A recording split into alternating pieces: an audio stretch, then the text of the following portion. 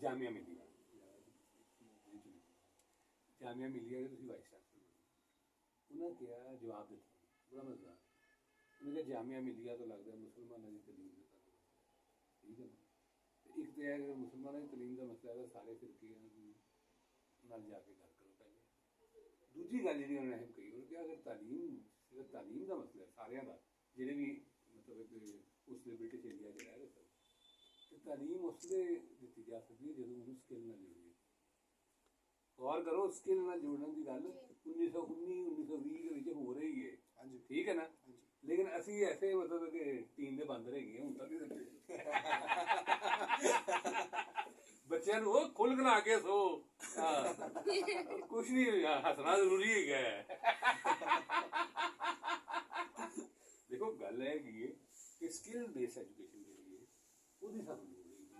ਸਾਨੂੰ ਅਸੀਂ ਜੋ ਮੈਟ੍ਰਿਕ ਕਰ ਲਿਆ ਮੈਂ ਵੀ ਇਹ ਮੈਟ੍ਰਿਕ ਕੀਤਾ ਸੀ 81 ਮੈਂ ਮੈਟ੍ਰਿਕ ਕੀਤਾ ਮੈਟ੍ਰਿਕ ਤੋਂ ਪਤਾ ਹੀ ਕੱਖ ਨਹੀਂ ਲੱਗੀ ਜੋ ਪੜ੍ਹਿਆ ਸੀ ਉਹ ਮੁਤਾਲਿਆ ਪਾਕਿਸਤਾਨ ਦੇ ਹਿਸਾਬ ਫਿਜ਼ਿਕਸ ਉਹਦਾ ਤੱਕ ਕਿਉਂਕਿ ਮਾਰਕੀਟ ਦੇ ਨਾਲ ਤਲਕ ਕੋਈ ਨਹੀਂ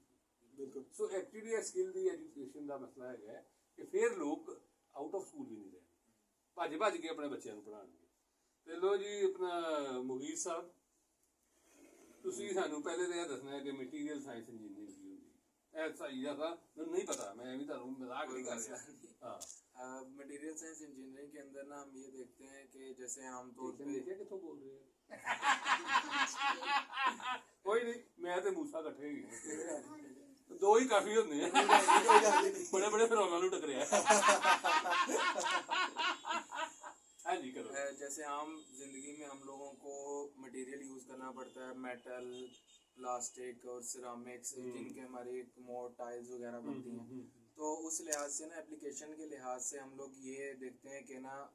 उस एनवायरनमेंट के अंदर कौन सा मटेरियल ज़्यादा अच्छा बनेगा और उसके हिसाब से रिक्वायरमेंट के हिसाब से हम मटेरियल मैन्युफैक्चर करते हैं और उसकी टेस्टिंग करते हैं कि ना वो उस चीज़ के ऊपर एप्लीकेबल भी रहेगा कि नहीं रहेगा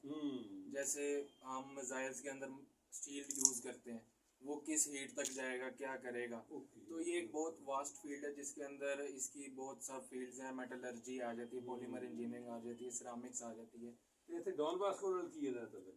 डॉन बास्को के साथ इसका ऐसा ताल्लुक नहीं मेरा ये एजुकेशन बैकग्राउंड है ठीक है और